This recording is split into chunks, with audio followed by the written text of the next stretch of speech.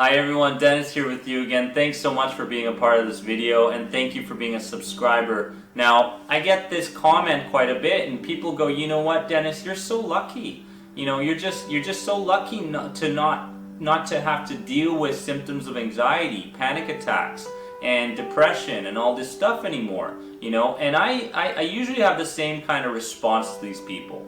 And the first thing is that luck has nothing to do with it. You know, I believe that we create everything in our world due to the hidden beliefs that we have in our unconscious mind that triggers our emotions, right? I truly believe that drive is so important no matter what you want to achieve in your life. And I also believe in the idea of playing a forever game when it comes to self-development. And a lot of people go, well, Dennis, you're so lucky. And I go, you know what? This is a journey. It's not a destination. It's not like, oh, I've been able to lessen my anxiety levels or lessen my stress levels to a 1, 2, or 3 level rather than being an 8, 9, 10 all the time. And you know, and I go, you know what?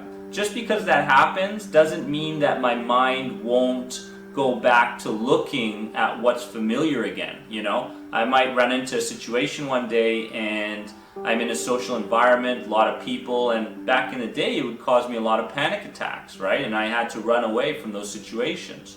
So, you know, my mind will constantly look for that, right, from time to time.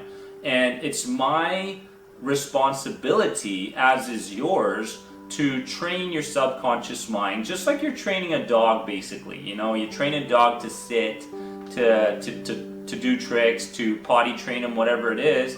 And your subconscious mind is kind of similar. You know, it has these core beliefs, and these core beliefs run your reality, run your physical reality. They run the emotions that you feel. So, you know, this idea of looking at personal development as a forever game, guys, is going to be much more beneficial than it is than looking at something as a destination. You know, when I get there, I'll be able to do this. You know, you've got to be able to do things in your life with fear in the background lingering, and that's crucial.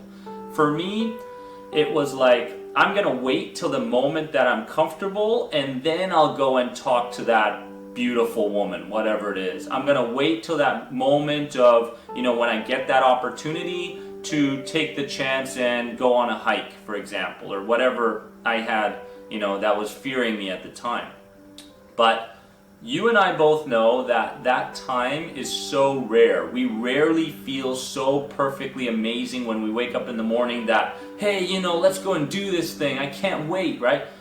Don't wait for that moment. You have to be able to be comfortable being uncomfortable for the time being until you train yourself, until you apply the law of practice.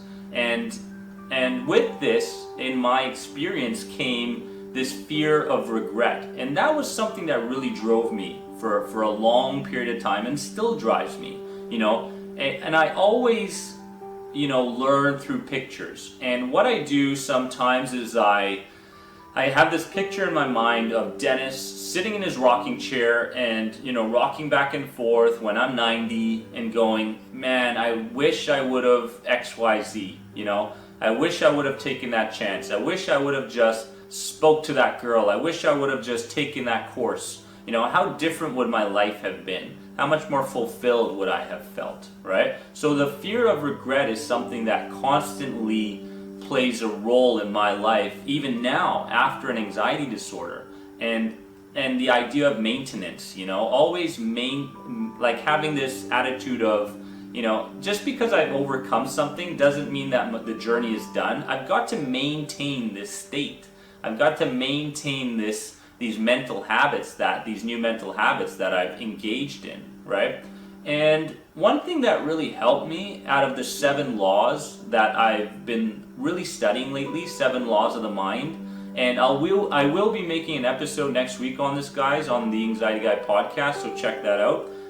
One of those laws is the law of duality of thought.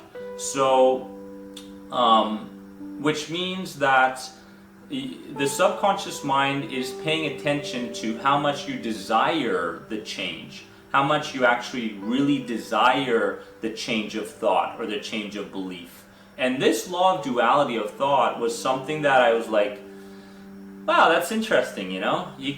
Obviously you can't run away from a thought must be replaced, but what does it truly take for a thought to be replaced, a belief to be replaced? People that suffer from these constant symptoms of anxiety continue to have this fearful cycle, this fearful pattern continuously run their lives, but what does it truly take, right? And this law was really intriguing, and what I realized that is, to feed your mind that desired state to create a change, you need to do two things.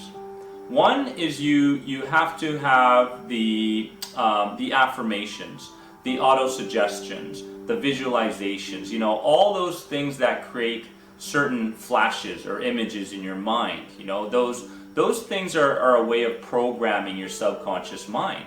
But the thing is the first one, which are, you know, the auto-suggestions, the visualizations, and the affirmations, that sort of stuff doesn't work until you have the emotional charge, the emotional signal behind it, right? So think about a time in your life where you truly wanted something to change, right? You really wanted it to happen. You wanted to think a different way, you were feeling fearful, whatever it is, but as much as you tried to get into that new state to change those thoughts, it just didn't happen, right? And that comes down to this idea of you need to be in a certain state. You need to basically be in a more relaxed state, and this goes back to the law of relaxation, is that when you're in a transic state, when you're in a meditative state, that is the best time for you to program your subconscious mind. So affirmations, auto-suggestions are a great way to do it, but you've got to have some emotional charge behind the desire, the desire that you truly want for your life. So remember that they're dual, right? They have to go together. And the other thing that truly motivated me, guys, is just the idea of, you know, discouragement. Whenever I was discouraged, I was always like, oh man, like, I'm discouraged, not feeling good, and I feel like I'm a failure. But you know, that comes down to a belief system as well. You can either look at something as a failure, or you can look at it as feedback, you know. And by training yourself to understand that when someone criticizes you, you could easily go, well, what's the positive intent from it? What can I take from it? You know, what kind of feedback am I getting here? And with anxiety, for a very long time, and a lot of people do this, they do nothing, right? They constantly do nothing, and they think that change is going to happen. It just doesn't work that way. You've got to put in the time. And I truly want you guys to understand the 7 laws of the mind. And we talked about law of duality of thought a little bit, where you need auto-suggestions and emotional charge to change a thought. And in the next podcast episode, check that out. And I hope this video helped you guys out a little bit. If you have any questions, hit me up on anxietyexit.com. I'd love to answer them, guys. And I'll see you in the next video. Love you guys.